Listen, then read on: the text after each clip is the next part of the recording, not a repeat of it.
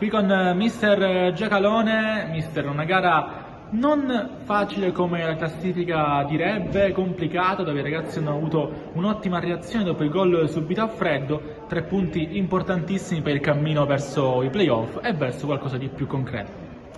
Buonasera, sapevamo che non era una partita difficile, da non prendere sotto gamba. In effetti subito abbiamo preso il primo gol che praticamente io me l'aspettavo sinceramente. Ne abbiamo parlato prima di entrare in campo che secondo me non era una partita facile. Però dopo devo dire che c'è stata una reazione, non è stata una bellissima partita, non abbiamo giocato un gran calcio a 5, però il campo non permette di fare determinati tipi di giocate, eccetera, eccetera. Comunque sono contento della prestazione, alla fine abbiamo vinto, l'importante era vincere. Ci siamo riusciti e questa settimana lavoreremo tanto perché c'è tanto da lavorare per preparare al meglio ormai questi playoff, perché ormai l'obiettivo della società è andare ai playoff e cercare di passare la fase regionale.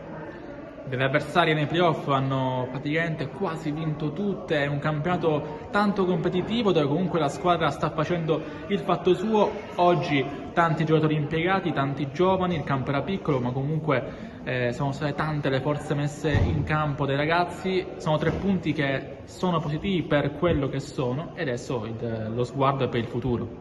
Sì, oggi ho cercato di far giocare tutti, mi ha impressionato tantissimo durante la settimana Lucchese, è un ragazzo molto valido, è un ragazzo che in questo sport può dar dire la sua. Oggi il primo tempo ha fatto quei 10 minuti, l'ha fatti benissimo.